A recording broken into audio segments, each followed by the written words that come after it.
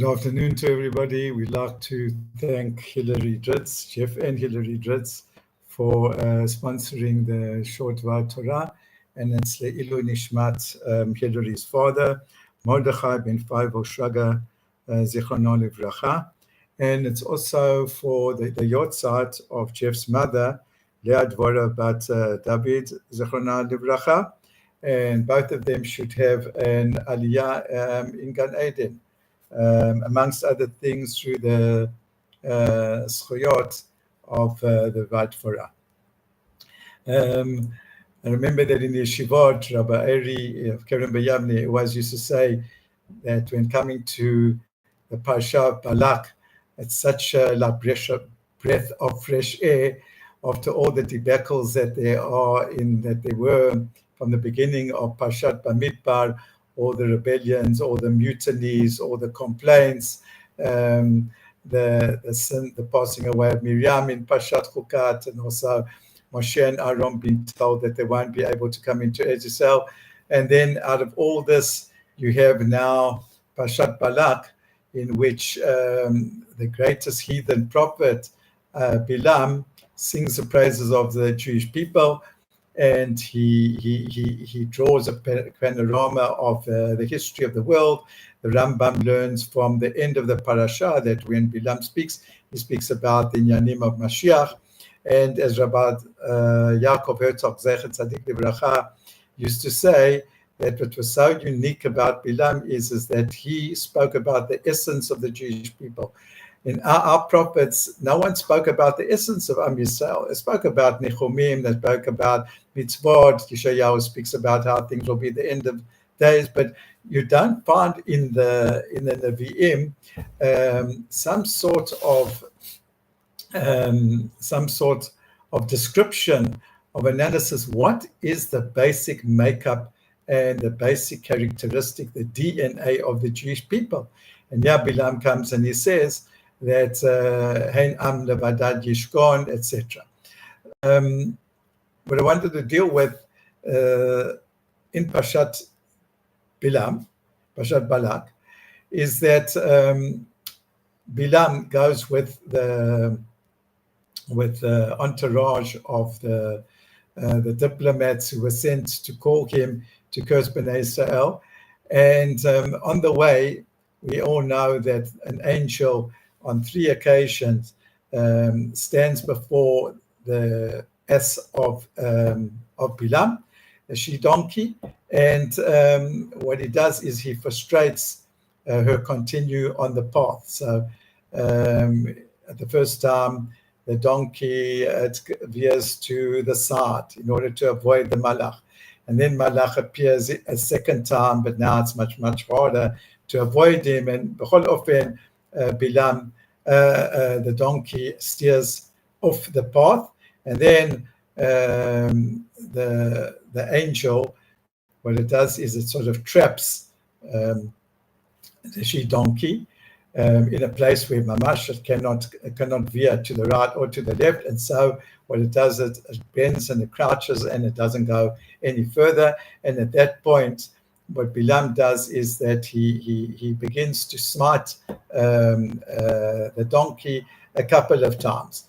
And at that crucial stage, that the malach now appears to Bilam, and he says to him, why did you hit the donkey 3 times?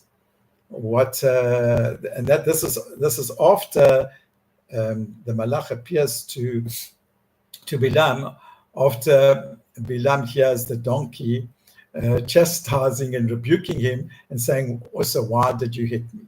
So the point that I found a very, very fascinating point, that the Zevach Mishpacha of Rabbi Hollander, he asked the following question.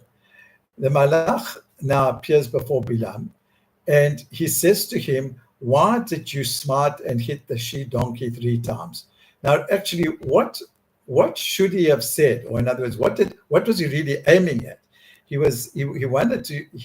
is trying to say to Bilam, you know what, you're going on the wrong way. You shouldn't be going now to curse the Jewish people.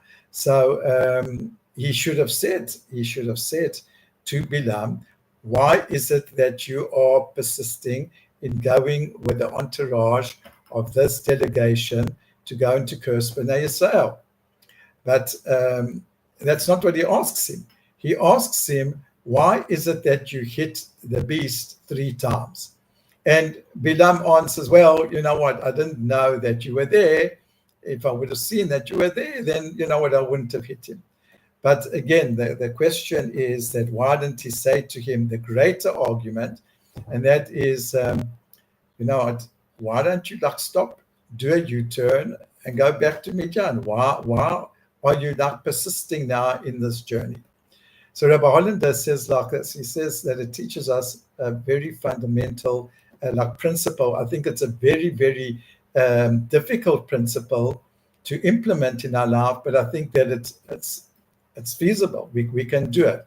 We just have to be sensitive. And the principle is like this. When the Malach said, why are you hitting the donkey? What he means to say is like this. Why are you hitting the donkey? Because you think that the donkey is responsible for having now veered off the track. So when he says to him, in other words, you are blaming the donkey. Now, why don't you stop for a moment and think to yourself, this isn't a normal behavior of your donkey. It's a loyal donkey. It usually goes on the way. So why don't you take a hint? Why don't you think to yourself, hey, what's going on over here? Why the donkey now, what it is was the first time it veered off the track. The second time, it now again, it doesn't go in the right direction. The third time, this is so peculiar. The third time, my donkey's never done this. That what he's done is he's gone off the beaten track. And therefore, what you should have actually picked up a hint is that it's not the donkey that it's at fault.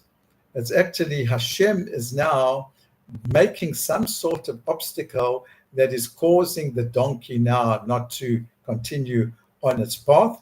And therefore, what you should do is you should interpret what's happening as a hint. You should pick up what God is saying to you and saying, you know what, you shouldn't be proceeding with these group of messengers who've come to call you.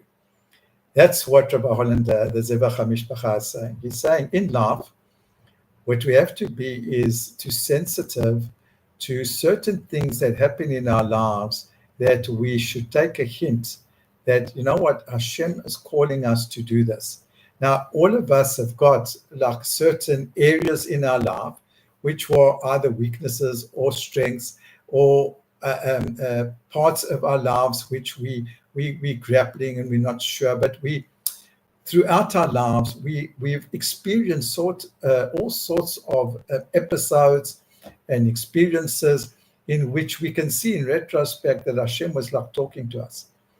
And that is the great message that what the Torah is trying to say.